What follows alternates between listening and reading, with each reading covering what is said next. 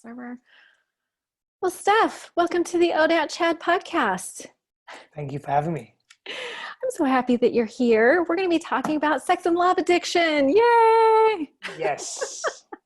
Gosh, but I jest, but it can quickly turn into a very serious issue, right? I know a lot of people really struggle with sex and love addiction, and I would have to raise my hand to that. I come from the traditional addiction recovery world, and I know you have different terminology. We can call this sex love compulsion, but as we were discussing, it doesn't really matter what you call it, right? It's like this compulsion to overcome the present moment where we don't feel good about ourselves, right? Like there's some sort of haunting us that leads to compulsive behavior. So super excited to talk about that.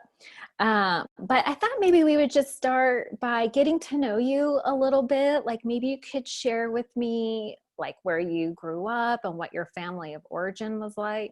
Yeah, of course. So I grew up in Western Australia, but I also grew up in Greece. My father's Greek, my mother's Italian. They both migrated to Australia at separate times. Of course, they met many years later, and I was born in Western Australia. However, the first few years of my life was mainly spent in Greece.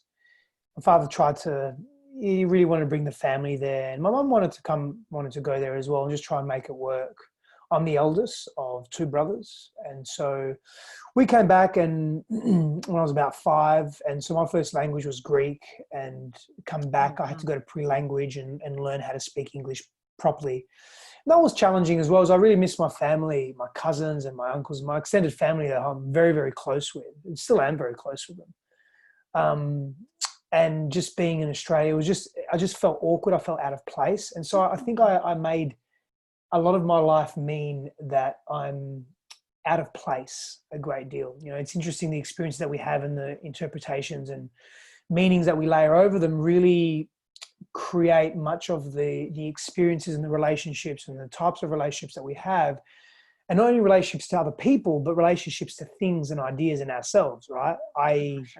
Sex, love, intimacy, etc. So I really felt out of place. And, addiction is really a way to get back into equilibrium. It's to get back into homeostasis to some degree. It's to feel not only good about ourselves, but feel calm, feel peaceful, feel safe. That's one of the functions of engaging in experiences that take us away from core wounding or intensified feelings. If feelings are so intense that we want to counteract them or counterbalance them. And so I spent a lot of my life compensating, feeling displaced, feeling isolated. I grew up in a volatile, violent family household as well. And that was very confusing. And it was largely confusing because there was also love in my household. And that was I couldn't get that as a kid. I couldn't understand that. And so that really distorted my view of intimacy in relationships and marriage and monogamy and so forth. Obviously I didn't have those words when I was a kid, but I was very withdrawn as a child and again, that word isolated comes up a lot for me as a kid. Very out of place, didn't feel comfortable, didn't feel like I was seen, didn't feel like I was heard, didn't feel popular. I didn't feel like I was part of the in-group, had to really fight for it and struggle. And so I developed this persona of I've got to fight for everything I want, or I have to be someone I'm not to just get something that I want, which is love and affection and to be seen and just comfort and safety, right? And I have to hide much of myself. And I have to appease others and make sure everybody else is okay. And so I mention all of this because these are patterns that are very common to children or very common to people, that we experience these and we develop coping strategies as young people, as children, and they usually carry over into our adult lives. And that was very true for me as well, without us really knowing about it. They reside in the unconscious aspects of self through patterning and behavior and the way we interact with the world.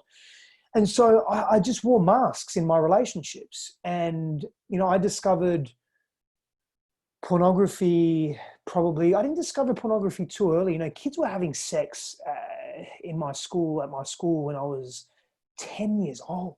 Oh my God. I was shocked at that. I try to be cool about it, but I was overweight. I was not cool.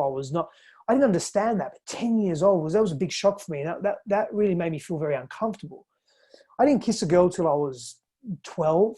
And that again, that was a big thing from where I was. And that was late. I didn't have sex until I was nearly 18. I had sex before I masturbated. So sex for me was, it was very interesting. Wait a minute. How does that happen?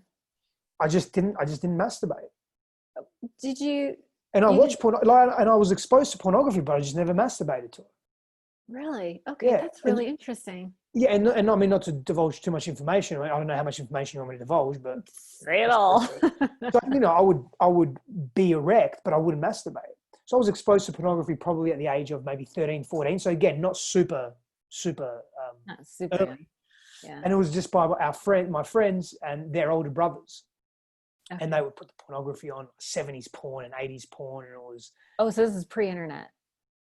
Yeah. This was pre. Yeah. Okay. I mean, I'm only 38, but I'm 38, but it was still pre-internet. Okay. I don't think we had some internet then, maybe at that age. Well, hold on, when did the internet come in? 90 or 99? So I have no idea, but I remember the images. Remember the images you used to download? Yeah.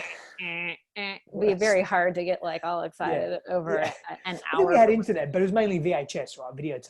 Right. Anyway, and magazine, and I just wouldn't. But once I started masturbating, and my first sexual encounter was with a prostitute as well. How old? At almost 18? Almost 18. Yeah. And so once that started... I'm sorry to interrupt you, but I have to ask, I mean, you're a handsome guy, but you said you were overweight when you're all, oh yes, I know. I don't mean that in an arrogant way. Like I believe who I am. I'm a really, I know. Good human being. You know? Listen, it was so funny because I was introduced to you by Omar, and I listened to his interview with you. I was like a little embarrassed. I was like, Omar, calm down. He's a great guy. I've got a crush on him too. I've got a crush on him as well. He is pretty damn charming. He is very. But I just thought that was hilarious. But no, I mean, were you over? You were saying you were overweight when you were like 10. Like when did the fat? I was overweight. Yeah. I started shifting that weight 15, 16. So it wasn't. Yeah. Okay. That's what I'm saying. Like coming into 17, 18, I was starting to mature. I was training. I was exercising. I was lifting weights. I was feeling good in my body. I was super fit, getting fitter. Like I had a disconnection between, and I can speak to my wounding. My wounding was I associated relationship and being in relationship with my freedom being taken away from me. I had a fear of commitment. I had a fear of losing my freedom because of what I witnessed in my parents and what I witnessed in my my friends' parents' relationships as well. Very dysfunctional, very disconnected, violent, abusive. And so whilst I wanted to be in an intimate relationship because it's something that I yearn for, to be seen and be connected to someone intimately, I had this fear that I hadn't dealt with from a child. And so prostitution and pornography and that game was easier than being intimate and being vulnerable with someone. Right. There was that disconnect. Yeah, but I was still pulled in intimate relationship. But then when I was in intimate relationship, I felt very uncomfortable and felt very disjointed in myself. And I started projecting that because I also had anger issues. As a kid, I was very passive. My father was very aggressive. I was very passive. But as a teenager, I started becoming fed up with that and I became hyper aggressive. And so in my teens and 20s, I was very angry, very aggressive. And I used anger as a secondary emotion to cover my sadness, to cover my fear. Exactly. You know, it's a male thing, hormonally and evolutionarily speaking, but it's also a cultural conditioning too. And so I went into that space and it was just easier being with prostitutes or easier having one night stands and easier doing this, no matter how attractive or not attractive I thought I was. But it was so much of it was driven by insecurity and wearing masks and false bravado and ego as well. And I almost couldn't break the cycle. I was addicted to it. Now, I wasn't so much addicted to the act. I was more addicted to the dopamine rush and more addicted to the alleviation, to the relief. I am free. I am committed. I don't have to be committed. I can do these things and I'm autonomous. And I was more addicted to the coping strategy that was dysfunctional and maladaptive and unhealthy. Right. Yeah. And that became a problem because I really destroyed many of my relationships and my relationship to myself. Oh, that's the worst one. That was tough because I was just in this cycle of guilt and shame and self-hatred and self-loathing and then projection out in the outside world, because I didn't want to take the responsibility consciously. So I would blame others and say, oh, it's their fault. Or it's, you know, if my businesses would be failing, I'd be up and down in businesses, burn and crash, or, you know, build and burn. And I would be blaming the market or blaming my business partners or blaming something else. Or just take responsibility. And I couldn't do that. And I was choosing not to do it. And I couldn't do it because I was choosing not to do it. And that was really challenging because I was still living in the past. That was, you know, unconsciously in my nervous system. For sure. Do you feel like that, the blaming, would you consider that self-sabotage? I see it as, on the surface, the self-sabotage is an interesting thing. So I've worked with thousands of people, and this notion of self-sabotage comes up a lot. And superficially, on the surface, it looks like self-sabotage. And to some degree it is, but when you start digging, it's not that. Self-sabotage is really a mask for protectiveness. Right. Me trying to protect, or I'll use me as an example. It's me trying to protect myself from feeling feelings that my ego or my brain, my physiology, my amygdala, my nervous system, as two simple examples, is more than just that, feel it's too overwhelming to process and be with or be a witness to in the moment. And so I would engage in a coping strategy that can come off as self-sabotaging. So for example, I'm ruining these healthy relationships with infidelity. And one would say, oh, you're caught in this cycle of self-sabotage. You must not like yourself. Yes. And yes, that's true. Like I have an unconscious dislike for self and dislike for my actions, which we all do when we're in that place. And it's also me trying to protect myself from that deep fear, coming face to face with that deep fear of, one, losing my freedom, and two, being in a committed relationship, i.e. being seen. And the paradox is, I want to be seen because we all do. It's a basic human need, right. Yet I'm too scared of it. And right. So I'm caught in this internal tug of war. Oh, it's brutal. It's brutal. Yeah. I mean, I see a lot of people with, you know, it's the same thing, right? It's this need for, you called it an unconscious dislike, but I had a very conscious dislike. Me too, actually. Yeah. Right. Yeah. So like you're right. But you're right. It's both, right? Because in the subconscious, we are unaware. We are so, like, for me, I spent so much time disassociating that I didn't know what I was feeling, to be honest. And all that stuff was in my subconscious beliefs, but it was all born from this place of not good enough, right? Like those stories I learned to tell myself about who I was between 0 to 6, right? They say those are like the formative years. And then from then on, it's like confirmation bias. We look for the evidence to support the fact that we're small. And so like I had a very conscious dislike for myself. I would make a mistake and I was like, oh my God, you're such an idiot. You're such a piece of shit. Blah, blah, blah. Very similar. Right. And then like the infidelity, you know, I'm familiar. I say that now I'm in recovery. The only married man I sleep with now is my husband, which he appreciates. But yeah, this dislike that we have, and the pattern that you described, it's like we feel bad, so we go to our coping skills, right, which is the acting out, and then that gets the dopamine rush to distract us from the present moment of feeling. But then the cycle starts all over again, because then it's the guilt and the shame, and then it confirms our deepest fear, which is that we're not good enough or that we're bad in some way. So I'm so curious, how did you start to turn the ship, so to speak? Was there a pivotal moment in your life that you were like, this isn't working for me, I'm going to go get help? Or how did that come about?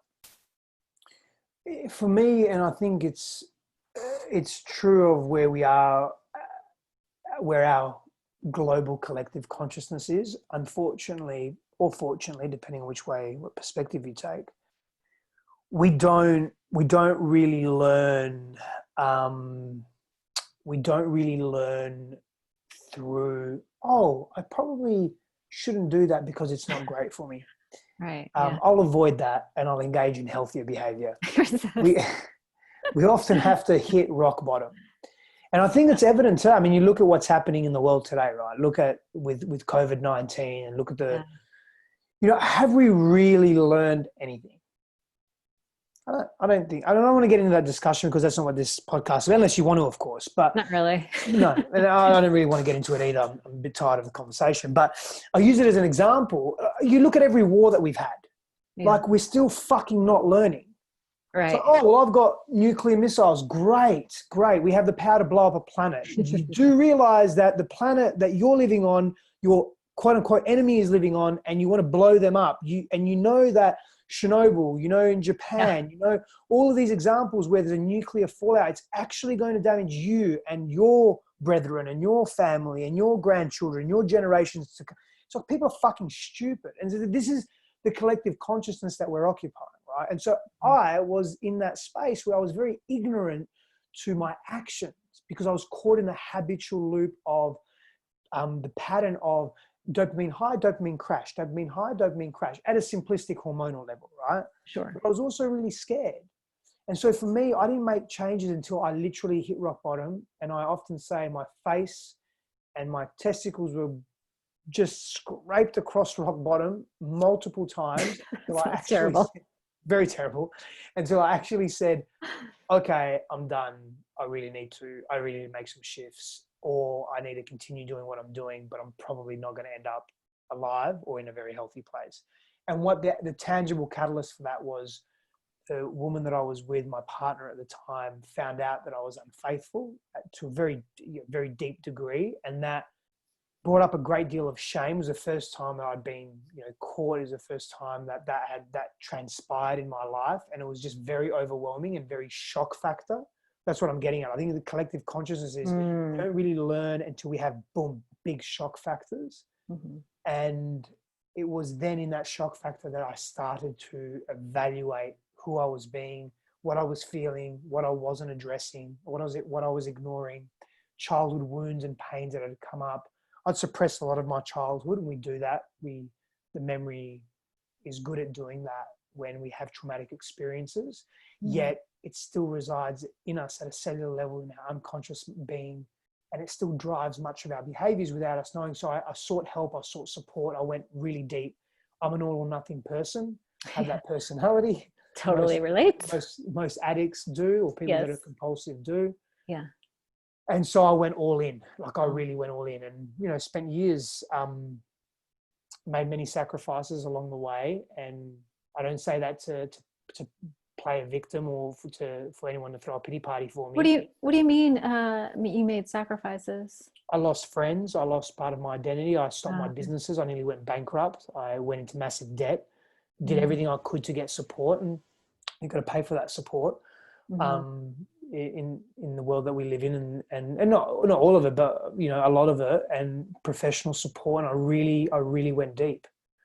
And I'm so grateful, so humbled that I had those people in my life to show me, to pull me through, to challenge me in bringing a better version of myself forward. Because I had that dream for myself. I knew what I was capable of. However, I wasn't acting in that way. And every time I acted against my vision for myself, so every time the version I was being of myself in any moment wasn't in alignment with my vision of myself, I was distancing myself from my truth. And that made me feel worse. And that made me dislike myself even more and hate myself even more. Yeah. How did you learn to, dig up the past and forgive it and create this new vision for yourself? Was it through like traditional therapy, or what kinds of therapy did you try? It was a combination of many things. I was very blessed that I was exposed to spirituality and diversification in spirituality from a very young age from my mother. And I also, I have formal education in behavioral science and social psychology. And isn't that interesting? Yeah. And then I was always interested in the mind and relationships and how people interact and how we can make life better. And so whilst I intellectually and formally studied all of these things, I wasn't embodied in them. I wasn't integrating them. I was being out of integrity. And so that was a foundation that I had. But I sought professional help, psychologists, psychotherapists, counselors, shamans, energy healers, energy workers, body workers, breath work, somatic work, psychosomatic, sexual somatic work. I went all in. I really went all in. Coaches, everything. Everything. Yeah. Did you do the I've been talking a lot about psychedelics lately. It just seems Yes, to be the I've done ayahuasca. plant medicine. Yeah, yeah, I did a lot of that as well. Yeah. Yeah, Yeah, but I did that. I have a perspective on that. I have a stance on that. It's not super rigid. I'm happy to hear differently, but I didn't get into plant medicine until I processed a lot of my shadow in familiar states of consciousness. Hmm. And I went to some very dark places, and I purposely went to dark places within my own psyche. I wouldn't want to do that on plant medicine. Now, I did do plant medicine, but again, after I'd processed a great deal. You know, we forget that communities and individuals and shamans that were administering and taking and embracing plant medicine journeys, you know, over the last few thousand years, weren't living in the societies and the complexity of the societies that we live in now. They weren't. Oh, good point. Yeah, they weren't dealing with extensive psychotrauma and childhood and trauma that we're dealing with now. They weren't dealing with disassociative partners and parents and communities. They weren't dealing, sure, communities had issues, but they were living in nature. They weren't dealing with EMFs. There was so much, you know, the pollution and so forth. So we have to take all of that and more into consideration, because the organism responds to that. We're physiological, psychological, spiritual, and emotional beings. And so I was very mindful to process a lot of my stuff, or the density of it, in familiar states of consciousness. In other words, this is familiarity, right? Sure. Yeah. Yeah. No, you're right. I mean, I feel like doing your work prior to maybe doing something like that would siphon off a little bit that would be overwhelming. I've never tried it myself. I practice abstinence, but from what I understand, it's a very intense experience, but can also be really healing depending Oh, on. definitely. Yeah. Yeah, that sounds cool. So, okay, so you reached this place, you went all in, and what was the transformation like for you? Were you able to sort of, was there like a process to forgiving yourself for, you know, your past, or did you go all the way back to childhood to reframe maybe those experiences you had with your All of the parents? above. Yeah, all of the above. I did generational work as well, and healing trauma through generational family constellation work. What Went does through. that what does that entail? I'm not It's a familiar. lot. It's having various people. So there's generally a facilitator or a couple of facilitators, a few facilitators, and then there's the students. I would be a student, and it's psychodrama. So you're playing different roles of what your core wounding is, and you're reprocessing those core woundings and feeling feelings that were unfelt and expressions that were unexpressed at the time of infliction of wounding or trauma and so forth. And you're going into generational patterns of healing as well. So it's interesting, really interesting. But yeah, there's not much I didn't do. I haven't tried. Yeah, that's very cool. Very experimental. So you're, you know, well on your path, and you've decided to use your life to help others heal. When did that start? Honestly, it started from a very young age, from when I was 18. So I've been 20 years in this space. Mm-hmm. However, again, I wasn't embodied, and so I wasn't living true to what I was saying. My words and actions weren't matching. And once I started processing all of this at a deeper level, I just wasn't dipping my toe in the shallows, or I was really, really processing. I was really choosing to go all in.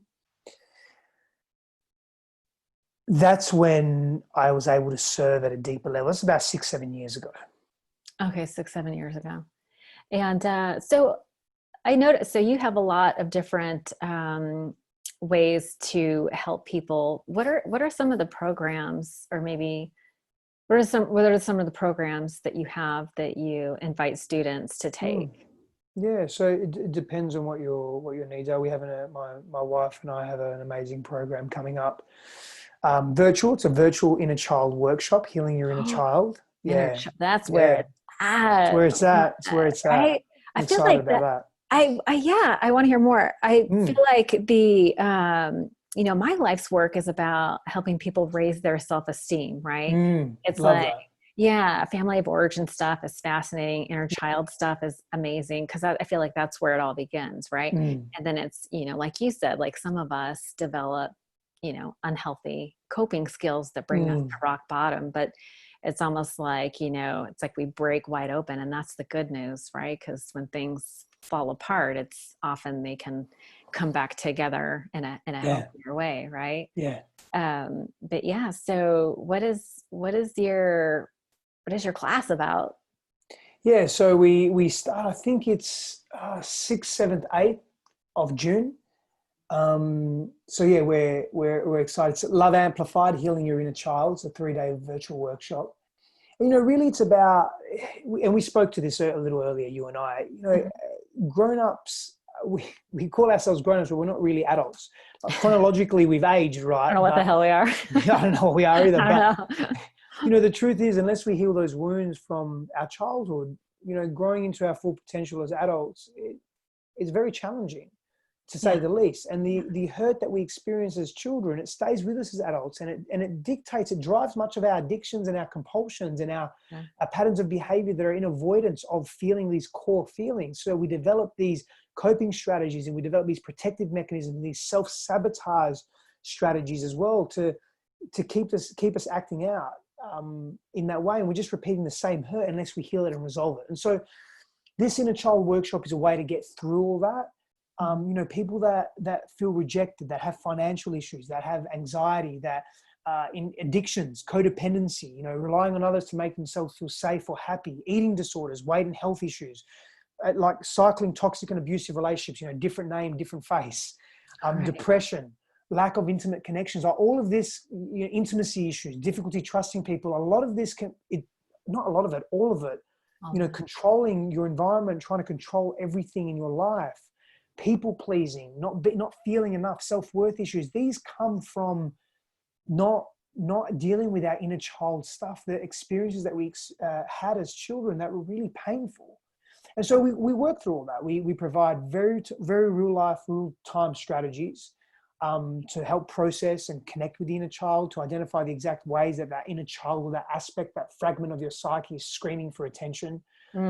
Understand the basic brain principles and neurology as well, to connect to those parts of our brain. Look at the different stress and anxiety pathways. Like there's one that's more grounded in physiology and reactivity, and there's the other that is more in the prefrontal cortex and is more anticipatory and so forth. And looking at the way these pathways intersect and interact with the wholeness of our psyche to make us feel very unsafe and very uncomfortable. So we'll go tools for mastering emotions, how to reparent your inner child. We'll do somatic in-body processes, breakout groups, guided journeys. Like it's, one-on-one coaching from us as well, for myself and Christine. We're both qualified coaches, and my wife has a master's degree in spiritual psychology as well. So we're just, that's essentially, to sum up the program. Okay, so it's like a 3-day. Is it a 3-day workshop? Yeah, it's a 3-day workshop, and it's online or online virtual workshop. Yeah, so this will especially be this time. Yeah, of course. 5th of June to 7th of June. Yeah, so 5th of June, which is a Friday, then all day Saturday, all day Sunday. The 6th and 7th. Okay. Yeah, very cool. And that's definitely Christine Hassler. ChristineHassler.com/innerchild. Very cool. I'm curious about the, maybe you could walk me through an example of reparenting your inner child. What does that look like? Yeah, sure. So an example of reparenting inner child may look like this. So you're in the middle of a heated argument. Okay, so you're feeling really, really unsafe. And this argument with your partner is reminding you of how your parents used to argue. And in that moment, it's really helpful to notice what's happening in your body. Is your heart rate escalating? Are your palms becoming clammy? Are your thoughts racing? And then once you've noticed some stuff, just being mindful and present to what's happening physiologically in your body. Take some slow breathing. This helps calm the amygdala down. And have some different thoughts. That helps calm the prefrontal cortex down. So there's 2 pathways you're dealing with. And the thoughts could be literally this: I am safe. I am not my parents. And if you're a male or a female, you talk to that little boy or girl inside, just close your eyes. You ask what age. 6 may come up. a little 6-year-old girl, what does she need right now? What does she need that she didn't get when she felt unsafe? And you get to provide that to that little part of you, that little girl within you, as an adult. And that's part of a reparenting process, as an example. Oh, that's amazing. I love that. Those are great questions. What did she need that she didn't get? Yeah, that's pretty intense. And when people do this, what do people commonly come up with as answers for that question? What did you need? It varies for everyone depending on their core wounding. It really does. Yeah. So like, for example, if, I'll give you some common examples are, I just wanted to be seen. I wanted to be hugged by my dad or by my mum. I didn't want to be yelled at. I wanted to feel safe. I wanted mum and dad to ask me questions. I wanted them to stick up for me. I wanted them to believe in me. I didn't want them to be critical of me. I wanted them to be around. Basic fears of abandonment, fears of loss, fears of rejection.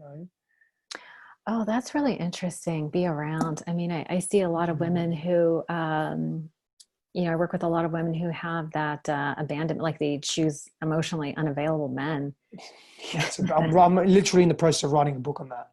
Are you really? Tell you, every day I have women coming up to me with, and the subtleties. It's almost like it's a growing. I don't know. It's like a mold that's just growing and growing. The subtlety in unavailability is becoming less and less obvious, because before you think, oh well, they're just not around, like they're working a lot and they're emotionally unavailable. But now it's shifting even more. It's not meeting each other's needs. It's long distance relationships. It's making excuses around intimacy or connection, or to speak about values that aren't shared. It's about distance in connection and communication. There's just the subtleties in unavailability, and the I don't want to say this, the repetition. It's just repeating old familiar patterns that I just, because familiarity is safe. And if familiarity feels safe, we're going to always go to safe, because that's what our brain, that's what our egos, our identity, our self-identity wants to go to, feeling safe. Yeah, it seems like, I always come back to this idea that we have beliefs about who we are and what we deserve. And from those beliefs, we come up with the same questions. And if we come up with the same questions, then we come to the same conclusions, and then we make decisions, and then we take action. And then we just end up on this track of just going around the same issue. And I mean, I've done it myself, where I'm like, how did I get here again? Because I look back and I go, I made the best decision I could with the information that I had, but I didn't realize I was asking the wrong questions. You know what I'm saying? Yeah. And so it's to me, it was like all subconscious. Like I didn't have better questions to ask. And so when, and I've done lots of therapy, and I'm a voracious student myself. So it's always like this process of bringing in information, and it's been very helpful to help change. But when you guys are working with people, what do you feel like, how do people actually change? Is it just the new information or new experiences that help people change so that they can make different choices in the future? How do you see that playing out? Well, firstly, it's everything you just said. Then I resonate with, and it's very accurate. I believe it begins with a willingness, though, and there's an inflection point within one's life where the pain of not changing outweighs the pain of the potential mystery or the unknown, or the potential pain of the unknown. And when we get to that point, and it's basically, in short, in layman's terms, enough's fucking enough. That's what it is. It's like, enough is enough. I'm done. I surrender. Yeah. There's and then you have to have a willingness. Surrender. Yeah, there is. Yeah. And there's a willingness then that says, okay, I'm all in. Like I remember the exact moment that I said to myself, I'm all in. I'm either going to commit suicide because it gets too much. I'm going to end up in a mental asylum because it gets too much. I'm going to break through these demons that I'm facing, this darkness that I'm going through, this pain that I'm experiencing, this stuff that I'm digging up. And I'm going to just live my best life and hopefully inspire others and maybe teach others along the way as well, at a deeper level, at a more profound level. And I kept the third in mind, but there were times where I went to both number one and number two. Right. I mean, these compulsions or sex love addiction can take you to such a dark place, because I feel like it takes you to that place of, I am fundamentally broken and it'll never change. Right. That's a very dark place to be, because when you're there, what are your options?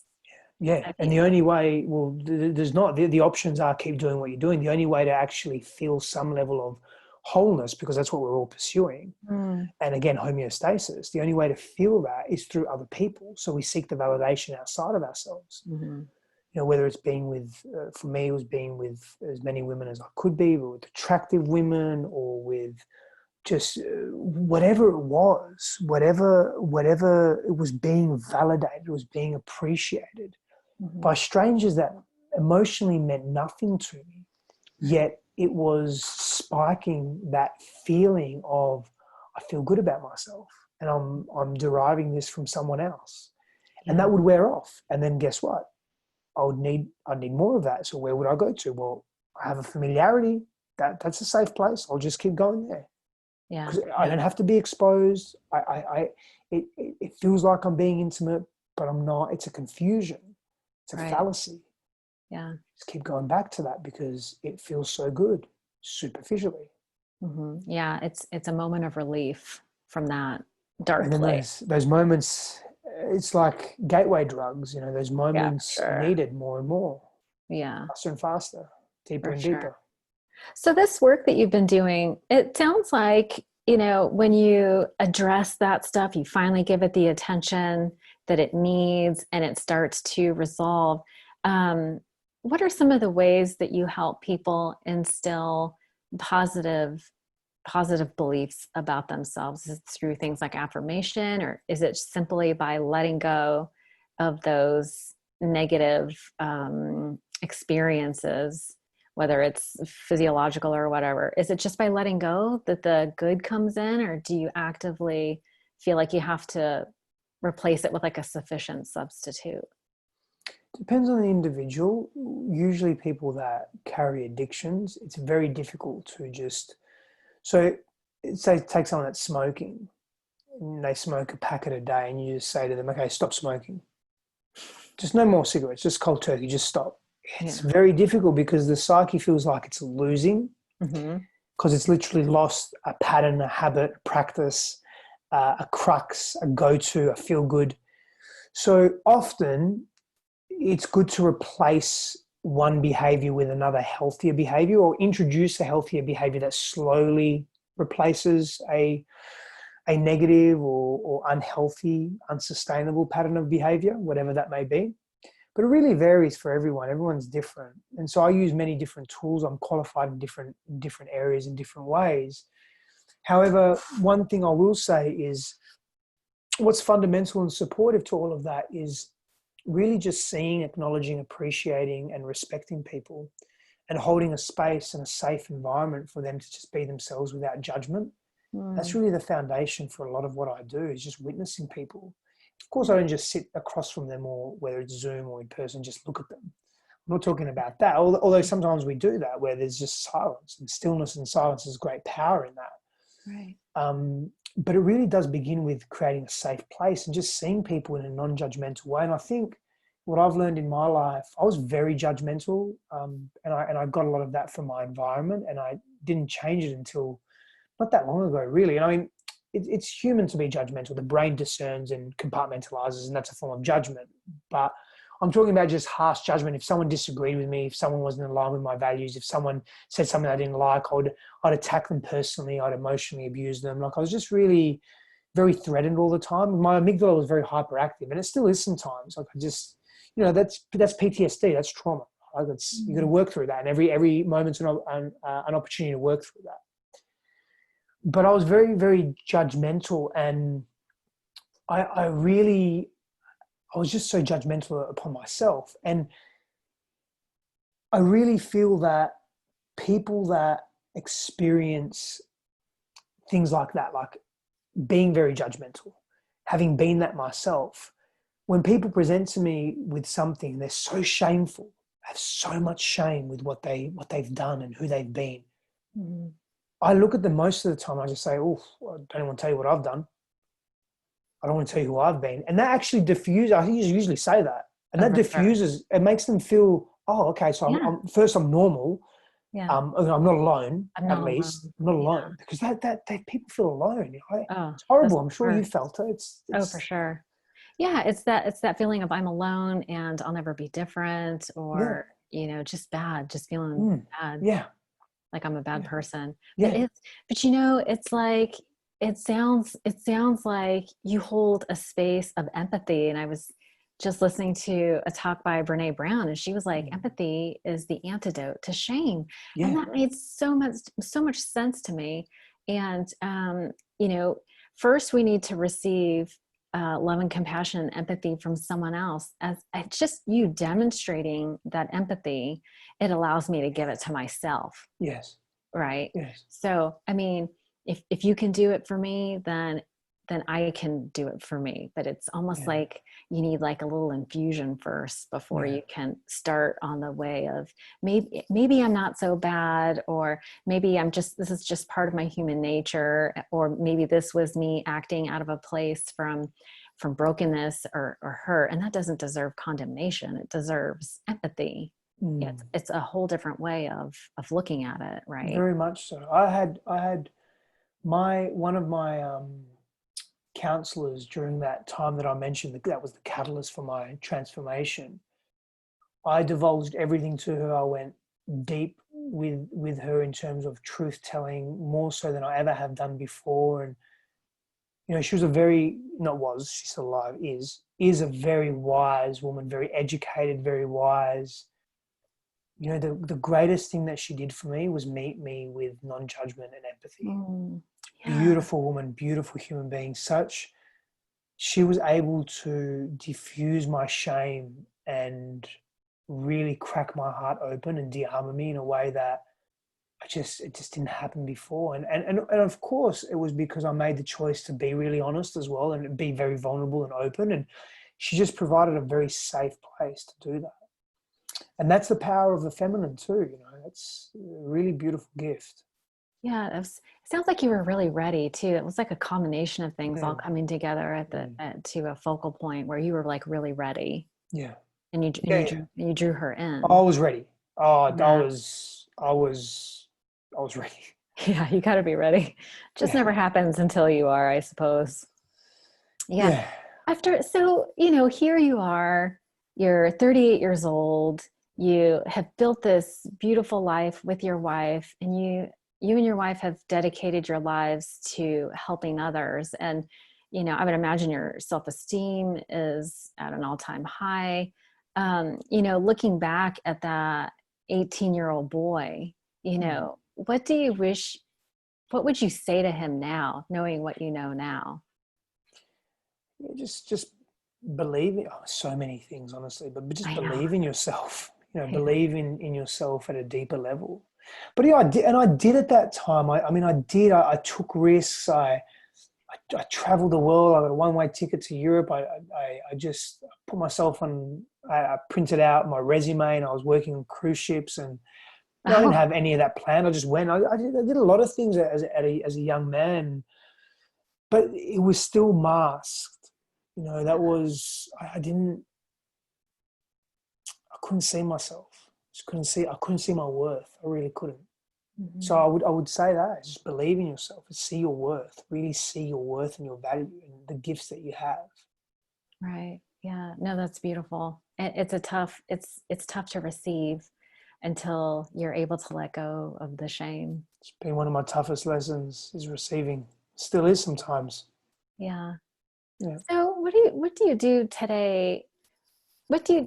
So 2 questions. What do you do to continue nurturing your evolution, right? Like we're always evolving, right? So what do you do to further your evolution? And what do you do for fun? I mean, we talk a lot about doing this deep work, and so often in recovery, people are like, oh my God, I'm not going to be able to do drugs or drink anymore. What am I going to do for fun?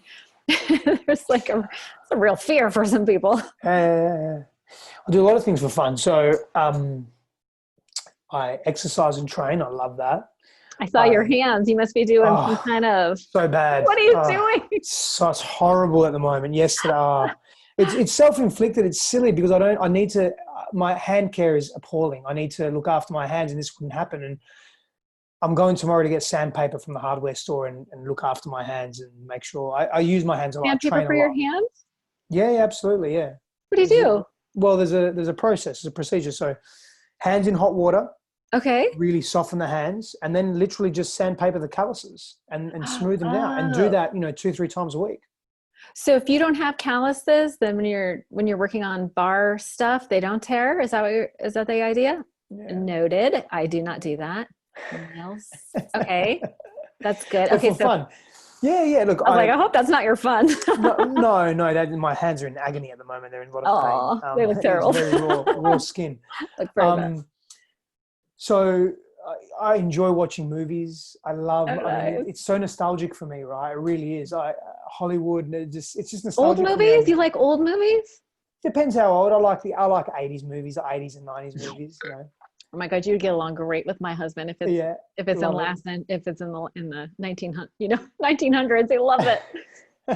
Terminator, all these old movies. Oh my God. Love that. Yeah, I love the action movies. Yeah, I grew up on those guys, but I travel a fair amount. I love exploring. I love being in the outdoors, whether it's mountaineering. So I'm a mountaineer. What's that?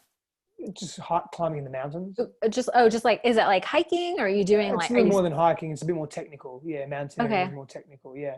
Okay. But I enjoy hiking. So we travel a lot. Obviously now at the moment with COVID, we're not traveling much, but we travel a fair amount. So traveling is something that I do for fun. Is it just the two of you that go traveling? Yeah. We don't have friends children. So we go with friends as well. Absolutely. Yeah. Where do you like to go? Oh, where don't I like to go? Anywhere and everywhere. I mean, New Zealand is one of my favorite places. It's beautiful. Hawaii is beautiful. I love Europe as well. South America is very appealing to me as well. I haven't been to Canada yet, actually. I've been to many countries, but I haven't been to Canada. So Canada is somewhere I'd like to go. I hear Montreal is a beautiful city. Yeah. Quebec is. I've heard great things about that. I like to try new things, new hobbies. Archery. So I'm really into archery at the moment. Do that for fun and. Very cool. Getting out in the wilderness and plant medicine is fun. Not that I take a lot of it. I really don't. But when it calls me, then I love that. And teaching. Like you asked me how I learn and how I grow. I do that through teaching, but I'm a perpetual student as well. Like I'm always reading. I'm always learning. I'm doing courses. I'm learning from other masters and other coaches and teachers. I have my own private coaches and people that I work with, even when I feel really good in my being. Because that's important. It's important to have that support. Yeah. As you're pouring into others, it's like you also need to, boundaries are really important about that. But I like playing chess. I like building things, learning to build things. Yeah. Very cool. It's good to have lots of hobbies. So, sorry, I drew a blank for a second. So you have lots of programs and you have this one coming up early in June. So I'll definitely leave links for that. And you mentioned that you're writing a book. Do you have a working title for your book yet? No, not yet. Not yet. Well, you'll have to come back when your book is done and we'll talk about your book. Absolutely. That'll be wonderful. Awesome. Well, it was such a pleasure speaking with you. Thank you so much for your time. Likewise. Thank you, Ellen. I really appreciate you as well. Yes. I'll leave links to all your stuff so people can find you. What's the best way for people to connect with you? Either on social media, Stefanos Sifandos, at Stefanos Sifandos, any social media channel, or I've got a couple of websites, but one of my websites is Grow with Steph, GROW with Steph, STEF.com. And you can find a heap of resources there as well, and my programs and ways to work with me and just information on what I do as well. Well, that's awesome. Well, I really appreciate the work that you're doing. It's so needed in this world. And I love what you and your wife do together as well. I listen to her podcast. She's got an amazing podcast, Christine Hassler's podcast. So love the work you're doing. Thank you so much for your time, and we'll talk soon. Thank you. Thanks. Okay, that's a wrap. Great. All right.